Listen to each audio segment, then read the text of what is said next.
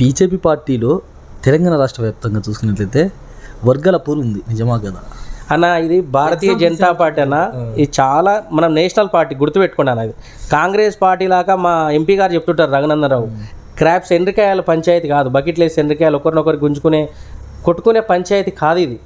ఇది చాలా సిస్టమ్ తోటి నడుస్తుందన్న. అంతా సంఘం నుంచి వచ్చిన వ్యక్తులు ఉంటారు, ధర్మం పట్ల పనిచేసే వాళ్ళు ఉంటారు. ఈరోజు ఒక రూపాయి ఆశించకుండా కూడా మనం సొంతంగా డబ్బులు పెట్టి సొంతంగా నిధులు ఖర్చు పెట్టి ఇలా స్వచ్ఛందంగా పనులు చేసే వ్యక్తులు కలిగినటువంటి పార్టీ భారతీయ జనతా పార్టీ అన్న. మా దాంట్లో గ్రూప్ రాజకీయాలు అనేది బయట వ్యక్తులు ఇప్పుడు బీఆర్ఎస్లో కాంగ్రెస్లో చెప్తుంటారు తప్ప మన దగ్గర ఎక్కడ కూడా మాకు గ్రూప్ రాజకీయాలు కానీ ఎలాంటివి జరిగాయన్న. నిన్నగాక మొన్న మేము రైతు దీక్ష చేసినాం, మా ఎంపీలు అందరూ వచ్చారు, మా ఎమ్మెల్యేలు వచ్చారు, సెంట్రల్ మినిస్టర్ కూడా వచ్చారు. ఒకటన్నా గ్రూప్ రాజకీయం లేకపోతే అంటే తెలంగాణలో బీజేపీ పార్టీ అంటే ఒక హైప్ని ఒక ఊపుని క్రియేట్ చేసినటువంటి వ్యక్తి బండి సంజయ్ గారు. సో అది ఎవరం ఒప్పుకున్నా ఒప్పుకోకపోయినా దట్స్ ద ట్రూత్. సో అది ఆర్ఆర్ను. సో ఇక్కడ ఏమవుతుందంటే బండి సంజయ్ గారిని పక్కన పెట్టేసి కిషన్ రెడ్డి గారిని అధ్యక్షుని చేశారు. సో అధ్యక్షునిగా చేసినప్పటి నుంచి ఏమైనా బీజేపీ పార్టీ యొక్క మూమెంట్స్ ఏమైనా పెరిగిందా ఏంటి? ఇది తప్పుగా అనుకుంటారన్న మీరు. బండి సంజయ్ గారిని పక్కన పెట్టిరని మీరు తప్పుగా అనుకుంటారు. ఎందుకంటే బండి సంజయ్ గారు మామూలుగా గల్లీ స్థాయికి వచ్చినటువంటి లీడర్. ఇవాళ మా గల్లీలలో కొట్లాడి మాలాంటి యువకులకు ఆదర్శంగా నిలబడ్డాడు. ఇవాళ మనం బండి సంజయ్ సొసైటీ ఎలక్షన్లలో కొట్లాడిండు అన్న, ఎమ్మెల్యే ఎలక్షన్లలో కొట్లాడిండు, కార్పొరేషన్ ఎలక్షన్లో కొట్లాడిండు, ఎంపీ ఎలక్షన్లలో ఎంపీ అయ్యిండు. రాష్ట్రానికి అన్న సేవలు మరవలేనివి. అన్న ఇచ్చినటువంటి స్ఫూర్తితోటి మాలాంటి యువకులు వందల కొద్ది తయారయ్యారన్న. ఈరోజు అన్నకు టైం లోపల అన్న చేయాల్సిన దానికంటే కూడా రాష్ట్రంలో అన్న అధ్యక్షుడు ఉన్నటువంటి టైంలో మాకు చాలా సేవలు అందించిండు. అన్నకు సెంట్రల్ నుంచి ఆదేశం వచ్చిన తర్వాత ఆ పార్టీలో గర్వంగా వెళ్ళి వరంగల్ సభలో కూడా చెప్పిండు, అన్న ఇది మాకు తల్లి లాంటి పార్టీ, మాకు అట్లాంటిది తారతమ్య భేదాలు లేవు అని చెప్పి ఆ రోజు గర్వంగా కిషన్ రెడ్డిని అధ్యక్షుని చేసిన తర్వాత మా కిషన్ రెడ్డి గారి ముందరనే వాళ్ళిద్దరు చెప్పిన మాట అన్న. ఈరోజు మా కిషన్ రెడ్డి అన్న అధ్యక్షుని తర్వాత కూడా అంత పార్టీ అంతా కూడా హైకమాండ్ అంతా కలుపుకొనే పోతుంది, కానీ ఎక్కడ కూడా మిస్గైడ్ కాలేదన్న. ఈరోజు మా బండి సంజయ్ గారు మీరు తీసేసిరు పక్కకెట్టిరంటారు. ఢిల్లీకి వెళ్ళి అలా కరీంనగర్ గడ్డ మీద అన్న హోమ్ మినిస్టర్ తోటి వచ్చిండన్న. ఎక్కడైతే కాకిలు ఎదిరించి మా అన్న లాఠీలతోటి పేడీలతోటి బెదిరించి గుంజుకొచ్చి లాక్కొచ్చి తీసుకుపోయి లోపలేసిరో అదే గడ్డ మీద ఇవాళ మా బండి సంజయ్ అన్న వచ్చి కాలు పెట్టి భూతల్లి ప్రదక్షిణ వేసుకొని దండం పెట్టుకొని కేంద్ర మంత్రిగా వచ్చిండన్న. మా బండి సంజయ్ అన్న ఎక్కడ తగ్గలేదన్న. బండి సంజయ్ అన్నకు మంచి గౌరవం ఉంది. అమిత్ షా పట్ల కావచ్చు, సెంట్రల్ నాయకత్వం కావచ్చు, మా కిషన్ రెడ్డి గారు కావచ్చు, సంజయ్ అన్న ఎక్కడ కూడా సంజయ్ అన్న అనేది ఒక శక్తి అన్న. సంజయ్ అన్న ఎప్పుడు కూడా పక్కన పెట్టిండు అని తప్పుడు వార్తలు రాస్తారు, తప్పుడు మాటలు చెప్తురు తప్ప సంజయ్ అన్న అనే వ్యక్తి ఒక శక్తి అన్న. సంజయ్ అన్న ఎప్పుడు కూడా పక్కకి పెట్టలే. ఇలా సంజయ్ అన్న రాష్ట్ర అధ్యక్షుని తర్వాత కిందికి వెళ్ళిండా పైకి వెళ్ళిండా మీరు ఒకసారి ఆలోచన చేయండి. సంజయ్ అన్న ఏడున్నాడు ఇలా ఎంపీ గెలిచిన తర్వాత? ఇలా అమిత్ షా పక్కన కూర్చుంటున్నాను ఢిల్లీలో. రాష్ట్ర కేంద్ర హోంశాఖ సహాయ మంత్రి ఇవాళ అన్నగారు. మీరు అది గుర్తుపెట్టుకోవాలి. ప్రజలలో కూడా తప్పుడు వార్తలు ఇవ్వద్దన్న. ఏదున్నా కూడా మీరు జరుగుతుంది మీరు ఇచ్చిరనట్లే పక్కన పెట్టిరంటే అన్నను పక్కన పెట్టలేదన్న. ఇవాళ అన్న కూడా మంచి పోస్టులు ఉన్నాడు. ఇలా కష్టపడ్డోళ్ళకు మంచి ఫలితాలు కూడా వస్తాయన్న. సో నచ్చిన మాటనా? సరే, ఈ విషయం మీ దృష్టి వరకు వచ్చే ఉంటుంది. 2014 కంటే ముందు అదానీ గారు ఎవరు, ఇప్పుడు అదానీ గారు ఎవరు? సో ఎంత మేర అదానీ గారు తన యొక్క ఆస్తుల్ని పెంచుకున్నారు? దీనికి సపోర్ట్ చేసేది మోదీ గారేనని రాహుల్ గాంధీ గారు పదే బల్లా గుద్ది మరీ చెప్తున్నారు. ఫోటోలు వచ్చినాయి కదన్నా, చూసిరు కదన్నా. కాంగ్రెస్ పార్టీ లీడర్లు కలవలేదా అదానీ గారిని? అదానీ గారు ఎప్పుడు వచ్చారన్నా? బీజేపీ పార్టీతో వచ్చారా, లేకపోతే బీజేపీ పార్టీలో సభ్యత్వం ఉన్న వ్యక్తి ఆయన? కాంట్రాక్టర్ టెండర్ల ద్వారా వచ్చే కాంట్రాక్టర్లు తను చేసుకుంటాడు కాంట్రాక్టరు. గతంలో కూడా రాజగోపాల్ రెడ్డికి 26,000 కోట్లు ఇచ్చారు, 30,000 కోట్లు ఇచ్చారు. నరేంద్ర మోడీ పైసలు ఇచ్చినాకనే పార్టీ మారినని చెప్పిండు. అట్లా పార్టీలకు ఇట్లా డబ్బులు ఇచ్చుకుంటూ పోతే ఈ కాంట్రాక్టర్లను తీసుకొచ్చి మేము పార్టీలలో మేము డెవలప్ చేసుకుంటూ పోతే భారతీయ జనతా పార్టీ అనేది క్రమశిక్షణ కలిగిన పార్టీ అన్న. ఇప్పుడు మేము తీసుకొచ్చి ఆదానిని తీసుకొచ్చినామని మీరు ఎవరన్నా గతంలో మన ముఖ్యమంత్రి గారు వెళ్ళారు కదన్నా, ముఖ్యమంత్రి గారు వెళ్ళి ఫోటో దిగి వచ్చారు కదా. ఇప్పుడు మాట్లాడుతారు అదానీ గారితో మాకు సంబంధం లేదు, మీరు ఇచ్చిన 100 కోట్లను మేము రిటర్న్ చేస్తున్నాం అంటానంటే నువ్వు తెచ్చుకో చేత కాలేక, గతంలో ఉన్నటువంటి ముఖ్యమంత్రి ఫామ్ హౌస్ను వదిలిపెట్టి బయటికి వెళ్ళలేక మన రాష్ట్రానికి ఏమన్నా నిధులు తీసుకొచ్చిన రోజులు ఉన్నాయన్న? ముఖ్యమంత్రి గారు ఫామ్ హౌస్కే పరిమితమైంది తప్ప ఏ రోజన్నా గడిచిన వాళ్ళ పరిపాలనలో 9 సంవత్సరాల పరిపాలన కేసీఆర్ గారు వెళ్ళి నరేంద్ర మోడీ వస్తే కనీసం రిసీవ్ చేసుకోలేకపోయిందన్న ఈ గవర్నమెంట్ అధికార పార్టీలు ఉండి కూడా నిధులు నిధులు నిధులు అంటారు. నిధుల కోసం ఏ రోజైనా కొట్లాడిరా అన్న? కొట్లాడలేదు. ఇలా కొట్లాడి తెచ్చుకోవాలి. కాంగ్రెస్ పార్టీకి కూడా అదే చెప్తున్నాం, మీరు కొట్లాడి రాష్ట్ర అభివృద్ధికి మీరు కూడా కొట్లాడండి. మాకు సంపూర్ణమైన పార్టీ పరంగా మా అధ్యక్షుడు కూడా చెప్పిండు, మన రాష్ట్ర అభివృద్ధి కోసం మేము రెడీగా ఉన్నాం, మీరు ప్రపోజల్స్ పంపండి, మేము ఇయ్యనీకి సిద్ధంగా ఉన్నాం, మేము మా అధినాయకత్వంతో మాట్లాడించి మన రాష్ట్రానికి రావాల్సిన నిధులను రిలీజ్ చేయడానికి కూడా మేము సిద్ధంగా ఉన్నామని మా రాష్ట్ర అధ్యక్షుడు పదే పదే చెప్తున్నాడు కదన్నా. సో అన్న చిన్న విషయం అన్న, బీజేపీ పార్టీ బీఆర్ఎస్ పార్టీ రెండు కుమ్మక్కయ్యాయా అనేది ఒక సందేహం ఈరోజు కాంగ్రెస్ వాళ్ళు పొద్దున్న లేసే సంధించడం జరుగుతుంది. కాంగ్రెస్కి ఇప్పుడు ఏం పని లేదన్న, 11 నెలలు అయిపోయింది. 11 నెలల కాలంలో కూడా 11 పైసల పని చేయలేదు ఇప్పటికీ. ఉచిత బస్ అన్నది ఒకటి తప్ప ఇలా గ్రామాలలో రేపు వచ్చే స్థానిక సంస్థల ఎలక్షన్లను పెట్టమనండి అన్న. లేట్ ఎందుకు చేస్తారు? పెట్టమనండి, రెడీగా ఉన్నాం కదా, పబ్లిక్ రెడీగా ఉన్నారు సమాధానం చెప్పనీకే. రైతు బంధు ఇస్తున్నావు, ఎక్కడ పోయింది రైతు బంధు? 2 లక్షల రుణమాఫీ అన్నావు, ఎక్కడ పోయింది? మహిళలకు, చదువుకున్న మహిళలకు, బీటెక్ చేసిన మహిళలకు స్కూటీలు ఇస్తున్నారు, సిలిండర్ ఫ్రీ ఇస్తానని చెప్పారు. మీ స్కీమ్లకు, మీ హామీలకు, మీరు ఇచ్చిన పథకాలకి ఈ రాష్ట్రానికి ఏమైనా ఉరగబెడుతున్నా? ఇప్పటి వరకు ఏమన్నా వచ్చిందా చెప్పండి, ఒకటి మీరు చెప్పండి అన్న. మీరు మీడియా కదా, మీరు కూడా చూస్తున్నారు కదా, మీరు వాళ్ళు చేసిన ఒక పథకాలు ఇలా సగర్వంగా వచ్చి సంవత్సరం పూర్తిగా వచ్చింది కదా, రేపు పొద్దున ఒక బహిరంగ సభ పెట్టమని చెప్పండి అన్న వాళ్ళు చేసిన అభివృద్ధి కార్యక్రమాలు. సో మరి గతంలో బీఆర్ఎస్ పార్టీ కూడా చేసిందంటారా? నేను అన్నా, నేను ఎట్లా చేసిందని చెప్తా. అడ్డమైన హామీలు ఇచ్చే ఇలా తుంగలా కట్టుకపోయిందన్న. ఇలా లేనిపోని హామీలు ఇచ్చి బీఆర్ఎస్ పార్టీ లేనిపోని హామీలు ఇచ్చి ప్రజలను మభ్యపెట్టి మోసపూరితమైన హామీలు ఇచ్చే ఇవాళ బీఆర్ఎస్ పార్టీ అనేది భూస్థాపితం చేసిరు. ఇవాళ నువ్వు అది చేయలేదు కాబట్టి నీకు అవకాశం వచ్చింది కాంగ్రెస్కి. నువ్వు కూడా కేసీఆర్ కంటే సంవత్సరం అవుతుంది, ఒక్కదానికి అడుగుపడలేదు, ఒక రోడ్లకు శంకుస్థాపన జరగలేదు ఇప్పటి వరకు, ఒక పైలట్ ప్రాజెక్టులు తీసుకురాలేకపోయారు. ఫార్మా కంపెనీలు మనకు రావాల్సింది చదువుకున్న విద్యార్థులకు ఉపాధి అవకాశాలు రావాలి, ఉద్యోగ అవకాశాలు రావాలి.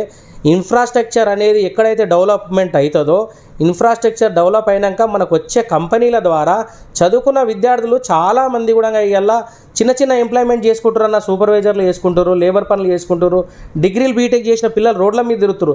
వాళ్ళకి ఎంప్లాయ్మెంట్ ఏమి ఇస్తున్నాం అనే దాని మీద వాళ్ళని ఒక శ్వేతపత్రం రిలీజ్ చేయమనండి. ఇలా మనకి ఎన్ని కంపెనీలు వచ్చినాయి? మీరు వెళ్తున్నారు కదా ఢిల్లీకి, ఐటీ మినిస్టర్ శ్రీధర్ బాబు గారు ఉన్నారు కదా, ఎన్ని కంపెనీలు తెచ్చిండి ఈరోజు? మీరు గడిచిన 11 సంవత్సరాల్లో మన రాష్ట్రానికి ఏం తీసుకొచ్చారు? ఏం మొగం పెట్టుకొని అడుగుతావు రేపు స్థానిక సంస్థల ఎలక్షన్లలో? ఒక్కమాట అంటే ఇప్పుడు మీరు అంటే గతంలో బీఆర్ఎస్ పార్టీ 10 సంవత్సరాల పరిపాలన చూశారు, కాంగ్రెస్ పార్టీ 1 సంవత్సరం పరిపాలన చూశారు. సో ఇక్కడ కాంగ్రెస్ పార్టీ వాళ్ళు అంటున్నది ఏంటంటే బీఆర్ఎస్ పార్టీ చేసినటువంటి అప్పుల కూబిని కాస్త మేము తగ్గించుకోవాలి, ఎటు వాటికి వడ్డీ కట్టుకోవాలి, ఇటు శాలరీస్ ఇచ్చుకోవాలి, అండ్ సంక్షేమ పథకాలను చూసుకోవాలి. మేము ఇచ్చినట్టు ఆర్గ్యుమెంట్ ఖచ్చితంగా చేస్తాం, మాకు కొంచెం టైం ఇవ్వండి అనుకుంటున్నాం. అంటే వాళ్ళు 10 సంవత్సరాల్లో చేయలేదని మేము ఖచ్చితంగా చేస్తాము అని ఖచ్చితంగా నమ్మకంతో చెప్తున్నారు కదా. ఎక్కడ చేస్తారన్న మీరు? మీకు రాష్ట్రం అప్పులలో ఉన్న విషయం మీకు తెలియదా? ఇంకేడికెళ్ళి తీసుకొస్తారు మీరు? సెంట్రల్లో మీకు నాయకత్వం, మీ సెంట్రల్ నాయకత్వం ఎట్లుందో దేశ ప్రజలు చూస్తారు. నిన్న కాక మొన్న మహారాష్ట్ర ఎలక్షన్లలో కూర్చారు. మీరు ఏ పార్టీలతోటి పొత్తు పడుతున్నారు, ఏ పార్టీలతోటి మీరు చేతులు కలుపుకొని తిరుగుతున్నారు, దేశద్రోహం చేసే పార్టీలతోటి మీరు చేతులు కలిపి తిరుగుతున్నారు. ఇలా మీకు కనిపిస్తలేదా? అభివృద్ధి అనేది ఓన్లీ నరేంద్ర మోడీ ద్వారానే సాధ్యమవుతుందన్న. దేశ ప్రజలకి ఇలా అందరికి కూడా ఇలా తెలిసిన విషయం ఏంటంటే నరేంద్ర మోడీ అంటే మా ఇంటికి ఒక భరోసా అనే నిర్ణయం, ఆయన తీసుకునే నిర్ణయాలు కూడా అట్లాంటివి అన్న. ఇలా అంటే అన్న ఇంకో వచ్చిన మాట అన్న, 2023, 2021, 2020, 2018 నుంచి పోలిస్తే 2019 నుంచి పోలిస్తే 2023 దాకా అసలు గేమ్ పట్టించుకోలేదు రామ మందిరం గురించి 2018 నుంచి.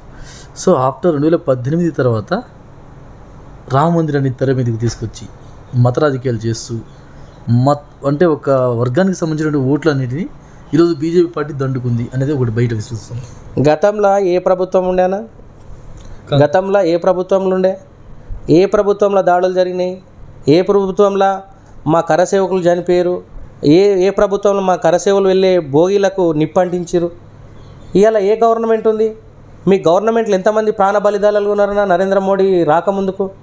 దేశం కోసము మన ఆరాధ్య దైవమైనటువంటి రాముని యొక్క మందిరం కట్టుకోవడానికి మన దేశంలోనే మనకు రక్షణ లేకుండా మన పైన వెళ్ళినటువంటి కరసేవకులను దాడి చేసి చిత్రహింసలకు గురి చేసి చాలామందిని ఎన్కౌంటర్లో చంపించలేదా అన్న మీ గవర్నమెంట్? ఇలా మా నరేంద్ర మోడీ వచ్చినాక సుప్రీంకోర్టు ద్వారా వచ్చినటువంటి తీర్పు ద్వారానే ఇలా భవ్యమైన రామ మందిరం అక్కడ నిలబడిందన్న. తీర్పు అనేది మా ఇంట్లోనో మీ ఇంట్లోనో చెప్తే వచ్చేది కాదు కాబట్టి దానికి సమయం పట్టింది. సమయం పట్టిన తర్వాత మనకు తీర్పు వచ్చిన తదనంతరమే భవ్యమైన రామ మందిరం అందించాలనుకున్నారు. ఇలా చాలా చక్కటి మందిరాన్ని కట్టి కూడా దేశ ప్రజలకు కూడా మంచి ఒక టెంపుల్ కూడా ఆదర్శంగా తీసుకొచ్చినటువంటి ఘనత కూడా నరేంద్ర మోడీకే దక్కుతుంది అన్న. ఒక్క నిమిషం లాస్ట్గా ఒక క్వశ్చన్ అన్న మీరు చెప్పండి అన్న, ఇప్పుడు వచ్చే జీపీ ఎలక్షన్స్ ఉన్నాయి లేదా లోకల్ బాడీస్ ఎలక్షన్స్ ఉన్నాయి, దీంట్లో మీకు ప్రధాన ప్రతిపక్షంగా ఉండే పార్టీ ఏదై ఉంటుందంటారు, కాంగ్రెస్ ఆర్ బీజేపీని? అంటే మీరు దేన్ని చూస్తారు ప్రతిపక్షం? మాకు ప్రధాన ప్రతిపక్షం అనేది ఏం లేదన్న. ఈసారి గట్టి సంకల్పంతో మన దేశంలో ఇప్పుడు మన తెలంగాణలో జరిగేటటువంటి స్థానిక సంస్థల ఎలక్షన్లల్లో ఇప్పుడు బీఆర్ఎస్ గతంలో ప్రభుత్వం చేసినటువంటి పనుల గురించి కంప్లీట్గా అర్థమైపోయింది. గ్రామీణ స్థాయిలో ఏముంటుందన్న, ప్రజలకు అవగాహన కల్పించడానికే ఇవాళ సీసీ రోడ్లు వచ్చినాయి. సీసీ రోడ్లు ఎక్కడికి వెళ్ళి వచ్చినాయన్నా? సెంట్రల్ నుంచి వస్తాయి. ఎన్ఆర్ఈజీఎస్ అనే పథకం ద్వారా ప్రతి సంవత్సరము ప్రతి గ్రామానికి సీసీ రోడ్లు రిలీజ్ చేసేది సెంట్రల్ గవర్నమెంట్ అన్న. 14th ఫైనాన్స్ 15th ఫైనాన్స్ మన గ్రామాలకు వచ్చే ఫండ్ తోటే గతంలో కూడా ప్రభుత్వాలు నడిచినాయి అన్న. ఆ వచ్చిన డబ్బును కూడా కరెంటు బిల్లులకు ఇతరత్ర దానికి వాడుకున్నారు తప్ప గ్రామాభివృద్ధికి మనలో ఎక్కడ కూడా డబ్బులు వేయలేదు. మనకు వచ్చినటువంటి డబ్బులు గ్రామ సర్పంచులు చూడన్న, గతంలో బీఆర్ఎస్లో సర్పంచులు చేసినటువంటి సర్పంచులు ఇప్పటికి కూడా పదవి కాలం అయిపోయి 11 నెలలకు వస్తుంది. ఈ రోజు వరకు కూడా బిల్లులు రాక కొట్టు మిట్టాడుతున్నటువంటి పరిస్థితి వీళ్ళు చేసిన పాపం కాదా అన్నది. ఇలా సర్పంచులకు పైసలు రాలే. చెట్లు పుట్టలు చెత్త చెదారము ఇవన్నీ వాళ్ళతోటి పని సేవ చేయించుకున్నాం. వాళ్ళకి బిల్లులు రావాల్సిన బాధ్యత కూడా మీరే తీసుకోవాలి కదా. ఎందుకు రాలేకపోయింది? 9 సంవత్సరాలు అధికార పార్టీలో మీరే ఉన్నారు కదా. మీ సర్పంచ్లు ఎందుకు ఆత్మహత్యలు చేసుకోరు? మీ సర్పంచ్లు ఈరోజు ఎందుకు కూడా ధైర్యంగా వచ్చి ఒక్కరు కూడా అరే మేము చేసినాం మా పని అని ఎందుకు చెప్పుకోలేకపోతారు? తప్పుడు నిర్ణయాలు తప్పుడు డిసిషన్లు తీసుకోవడం వల్ల ఇవల్ల మన రాష్ట్ర ప్రజలకు చాలా నష్టం జరిగిందన్న. గతంలో కూడా మన సర్పంచులు కూడా చాలామంది కూడా సూసైడ్ చేసుకోరు బిల్లులు రాక. ఒక మాల్ సైడ్ కూడా నేను కూడా నిన్న సర్పంచ్ డబ్బులు రాక చచ్చిపోయింది. నిన్నగాక మొన్న కూడా రీసెంట్లీ కూడా రేవంత్ రెడ్డి సొంత గ్రామంలో కూడా కొండారెడ్డిపల్లిలో కూడా మాజీ సర్పంచ్ని కూడా బాగా ఇబ్బందులు పెట్టి చనిపోయారు. ఎందుకు చచ్చిపోతారన్న సర్పంచులు? సో అన్న ఇంకొకటి, ఇప్పుడు మన జరిగినటువంటి ఇది ఇప్పుడు జరగబడినటువంటి జీపీ ఎలక్షన్స్లో కానీ లోకల్ బాడీస్ ఎలక్షన్స్లో కానీ బీజేపీ ఈ యొక్క విజయాల పాపని ఇదే విధంగా కొనసాగించే అవకాశం ఉందంటారా? లేకపోతే ఏమన్నా బీఆర్ఎస్లు కానీ కాంగ్రెస్లు కానీ అడ్డుకట్ట వేసే ప్రమాదం ఏమైనా ఉందంటారా? మా లెక్క మాకుంటుందన్న. మాకు బీఆర్ఎస్ ఎట్లా చేస్తుంది, కాంగ్రెస్ పార్టీలతోటి కాంపిటీషన్ మాకు లేదు. మా కాంపిటీషన్ మేము గెలవాలి. మాకు వేరే పార్టీలు ఆదర్శంగా తీసుకోవాల్సిన మాకు పని లేదన్న. మా పార్టీ మాకు సిద్ధాంతాలు ఉన్నాయి. మా పార్టీ ఆధినాయకత్వం మా రాష్ట్ర అధ్యక్షులు గారు ఎట్లా మాకు ఆల్రెడీ నిన్న మొన్న కూడా మీటింగ్స్ అయినాయన్న స్టేట్ ఆఫీస్లో. మాకు వారి సూచనల మేరకు మా దగ్గర ఎట్లయితే మన దగ్గర ఇప్పుడు అభివృద్ధి కార్యక్రమాలు చేస్తున్నామో అదేవిధంగా ప్రజలకి వెళ్ళి ఇప్పటి నుంచే కూడా మేము మెంబర్షిప్ డ్రైవ్ కూడా చేయడం జరిగింది. అదేవిధంగా మన గ్రామానికి వచ్చినటువంటి నిధులు సెంట్రల్ గవర్నమెంట్ నుంచి వచ్చినటువంటి నిధులను కూడా ప్రతి మహిళా తల్లులకు కూడా తెలియజేయడం జరిగింది.